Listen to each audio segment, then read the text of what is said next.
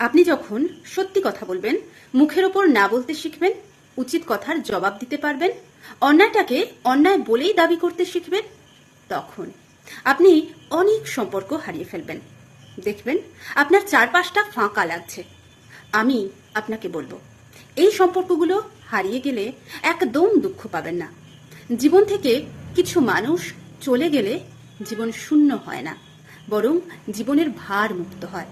মুখের ওপর সত্যি কথা বলে দিয়েও, না বলার মতো দৃঢ়তা দেখিয়েও, কারো অন্যায়ের সাথে আপোষ না করেও যে কজন মানুষ তোমার সাথে থেকে যাবে, ওই কজনই তোমার বন্ধু, তোমার আত্মীয়, তোমার আপনজন।